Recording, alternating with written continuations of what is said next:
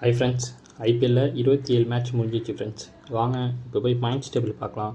யாருக்கு குவாலிஃபை ஆகிறதுக்கு நிறையா சான்ஸ் இருக்குது, எந்த டீம் முதல்ல எலிமினேட் ஆவாங்க, எந்த டீம் முதல்ல குவாலிஃபை ஆக போகிறாங்கிறத இந்த வீடியோவில் தெளிவாக பார்க்கலாம். இந்த வீடியோக்குள்ளே போகிறதுக்கு முன்னாடி இந்த வீடியோ ஒரே லைக் பண்ணிங்க ஃப்ரெண்ட்ஸ்.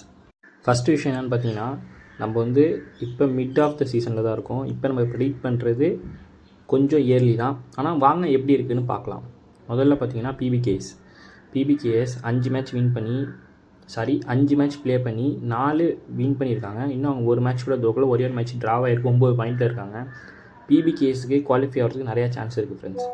அடுத்து பார்த்தீங்கன்னா ஆர்சிபி பார்த்தீங்கன்னா 6 மேட்ச்சில் 4 வின் பண்ணியிருக்காங்க, 2 மேட்ச் தோற்றுருக்காங்க. ஆர்சிபிக்கும் அதிக சான்ஸ் இருக்குது. அடுத்து ஆர்ஆருக்கு இன்றைக்கி மதியம் ரொம்ப முக்கியமான மேட்ச் இருக்குது. அது இல்லாமல் அவங்க கடைசி மேட்ச் ரொம்ப மோசமாக தோற்றுருக்காங்க வேறு. ஸோ ஆர்ஆர் அவங்களுக்கும் நிறையா சான்ஸ் இருக்குது. அவங்களும் 8 பாயிண்டில் இருக்காங்க. அவங்க 5 மேட்ச் ப்ளே பண்ணி 4 வின் பண்ணியிருக்காங்க.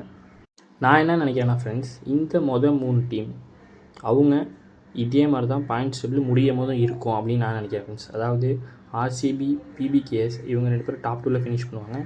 நம்பர் 3ல் ஆர்ஆர் அவங்க இருப்பாங்க நான் நினைக்கிறேன் ஃப்ரெண்ட்ஸ்.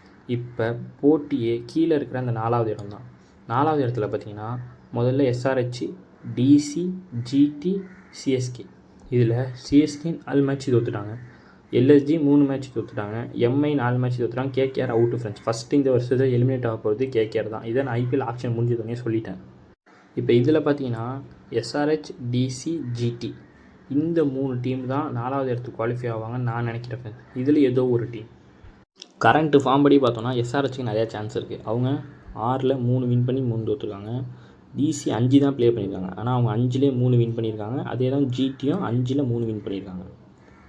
பார்ப்போம் ஃப்ரெண்ட்ஸ் என்ன நடக்குது. நீங்கள் என்ன ஃப்ரெண்ட்ஸ் நினைக்கிறீங்க? எந்த 4 டீம் குவாலிஃபை ஆவாங்க அதை கமெண்ட்டில் சொல்லுங்கள். எந்த டீம் முதல்ல எலிமினேட் ஆக போகிறாங்க அதையும் கமெண்ட்டில் சொல்லுங்கள் ஃப்ரெண்ட்ஸ். இந்த வீடியோ பிடிச்சிருந்தா ஒரே லைக் பண்ணிங்க. பாய்.